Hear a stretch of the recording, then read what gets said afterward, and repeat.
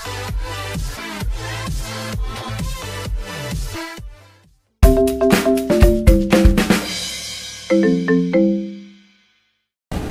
kita akan melanjutkan percobaan tentang sains fisika, khususnya tema tentang model jenis-jenis magnet. Hal ini dikatakan lebih penting dikarenakan baik level atau jenjang SD atau MI, SMP atau MTS, SMA ataupun MA, ini semuanya hampir dipastikan membutuhkan materi yang kaitannya dengan magnet. Hanya bagaimana percobaan ini bisa dilakukan dengan kreativitas dan inovasi tertentu. Nah, ini yang memerlukan pemikiran kita semua selaku guru ya. Nah, dalam hal ini kita akan coba perkenalkan satu persatu tentang magnet ini, tentang jenis-jenis magnet ini, supaya penggunaan daripada magnet ini betul-betul optimal dan dioptimalkan, baik oleh guru ataupun juga nanti pada akhirnya oleh siswa. Nah, misalnya kita akan kenalkan dulu masalah alat ukur yang namanya magnetometer. Saya yakin di sekolah ini belum terpikirkan bagaimana sebuah magnet ini bisa kita ukur ataupun kita lihat kekuatannya. Misalnya ini kekuatannya hanya di posisi 7 misalnya. Tapi berbeda dengan jenis magnet yang lain misalnya. Ini ada jenis magnet yang lain, kita hubungkan ini misalnya. Tadi posisi 7 ini bisa sampai ke posisi 8 ya. Mungkin juga jenis yang lain seperti yang bentuk bola ini ya. Ini kita tarik di posisi 4. Nah, jadi ini untuk melihat kekuatan magnet seberapa jauh dengan adanya magnetometer ini. Bisa menggunakan neraca pegas ataupun neraca pegas yang lainnya. Nah, ini dikenalkan supaya guru-guru memahami dan mengerti sebenarnya tiap magnet itu memiliki kekuatan yang berbeda. Nah, kita akan coba nanti sampai ke aplikasinya tentunya. Nah, kita akan coba karena magnet ini bukan hanya magnet yang batang, ya, ini batang ya. Kemudian ada bentuk U ya, bahkan seperti tapal kuda juga ada, dan jenis-jenis yang lain. Hanya masalahnya adalah bagaimana kita memanfaatkan magnet ini agar supaya bukan hanya bermanfaat untuk percobaan ataupun untuk kegiatan. Misalnya mengetahui ini utara dan selatan, tarik menarik misalnya. Tapi bagaimana dan sejauh mana penggunaan magnet ini misalnya sebagai saklar atau mengambil sesuatu dengan menggunakan magnet. Misalnya begini, ini ada magnet yang medianya itu adalah dari air. Ini di dalamnya ada magnet, tapi ketika ini kita coba dekatkan dan kita putarkan, ini akan terus berputar. Kenapa? Ada memiliki sifat daya tarik menarik. Demikian juga misalnya ini saya coba kasih air ini nanti untuk percobaan hukum Stokes. Misalnya ini menggunakan air ya.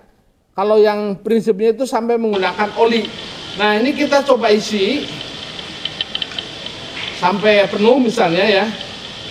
Nah, kemudian kita ingin misalnya menjatuhkan peluru atau dalam hal ini adalah peluru besi. Nah, kita coba sampai agak penuh. Nah, nanti pas, maaf, ini terlalu berlebih ya, kita buang dikit. Nah, pada saat nanti menjatuhkan, ini nanti waktunya berapa? Ini di percobaan Stokes. Nah, tentu nanti pakarannya hanya untuk contoh saja. Itu terlalu cepat misalnya. Nah, tapi kalau udah numpuk seperti itu, nah bagaimana mengambilnya? Nah, ini tentu dengan adanya magnet kita bisa mengambil seperti itu, ininya ya, si peluru logam tersebut kita ambil.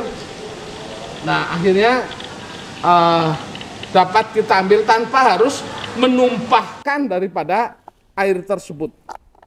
Nah kita juga melihat di sini ya kaitannya dengan magnet, yaitu kompas. Jadi kompas ini termasuk magnet juga.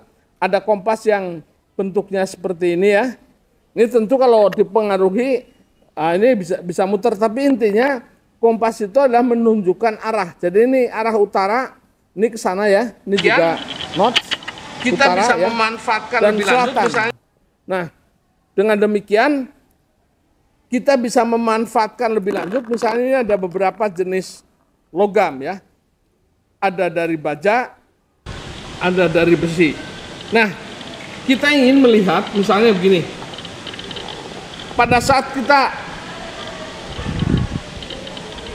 menggunakan magnet pas posisi seperti ini, nah bagaimana agar kita bisa melihat proses konduksi pada magnet ini yang bisa kita manfaatkan. Ini kan ada masih terpengaruh oleh magnet ya. Nah ini artinya ini bisa dimanfaatkan nanti sebagai saklar.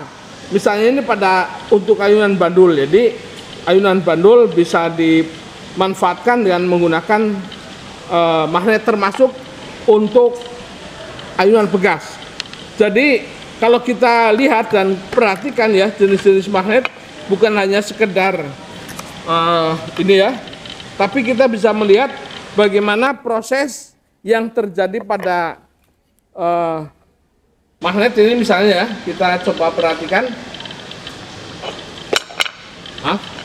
Nah misalnya ini proses konduksi seperti ini. Nah bagaimana dengan objek daripada besi seperti ini ya, peluru ini bisa kita lihat dari proses konduksinya. Nah ini masih ada mengandung, artinya sampai titik mana. Nah ini nanti ada skornya, karena masing-masing magnet ini misalnya ada magnet yang jenis ini ya, yang jenis koin misalnya, pas ditempel seperti ini pasti memiliki konduksi yang paling dekat. Itu berarti konduksi terhadap magnetnya itu lebih besar dibandingkan yang jauh. Nah kenapa ini pakai skala? Ini dikarenakan kita ingin melihat seberapa jauh kekuatan magnet dari masing-masing yang ada. Karena apa? Magnet ini memiliki kemampuan yang berbeda-beda. Nah sehingganya kita harapkan bahwa dalam proses pembelajaran untuk magnet, materi magnet, khusus untuk guru, bukan hanya sekedar melihat bahwa oh ini tarik menarik kalau utara dan selatan, ini tolak menolak kalau utara dan utara atau selatan dan selatan. Tidak sekedar itu, tetapi sudah harus mulai meningkat bagaimana pemanfaatan dari magnet ini bisa untuk percobaan hukum Stokes, bisa untuk percobaan ayunan pegas, ayunan bandul, dan juga percobaan yang lainnya. Jadi intinya atau kesimpulannya hanya ada dua. Yang satu adalah berkaitan dengan magnet, itu bisa dipakai dan digunakan untuk pemahaman bagaimana memanfaatkan magnet ini. Satu bisa sebagai saklar. Nah kesimpulan yang kedua adalah bahwa magnet itu termasuk di dalamnya adalah kompas. Jadi kompas itu salah satu jenis magnet yang bisa dipengaruhi oleh magnet itu sendiri, atau kita bisa menentukan berapa nilai daripada kekuatan magnet yang tadi adalah menggunakan alat ukur yang namanya magnetometer. Demikian yang bisa disampaikan kaitannya dengan model jenis-jenis magnet. Semoga ini menjadi inspirasi untuk guru-guru kita di Indonesia. Terima kasih. Assalamualaikum warahmatullahi wabarakatuh. Nah,